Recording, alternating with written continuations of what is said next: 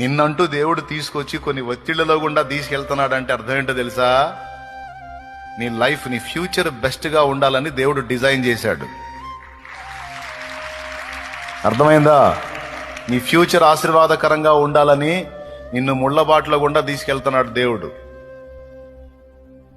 మల్లె పూల బాటలో కాదు, కాళ్ళ కింద చల్లగా సువాసనగా మెత్తగా ఉండటానికి. మల్లెపూలు కాదు, ముళ్ళ బాటలో గుండా తీసుకెళ్తాడు.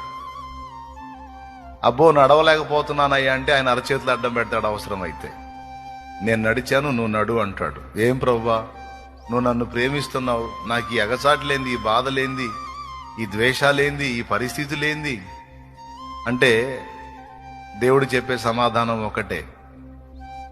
ఏశావు అనేవాడు యాకోబు జీవితంలో లేకపోతే యాకోబు అనేవాడు ఇశ్రాయేలుగా మారే ఛాన్సే లేదు.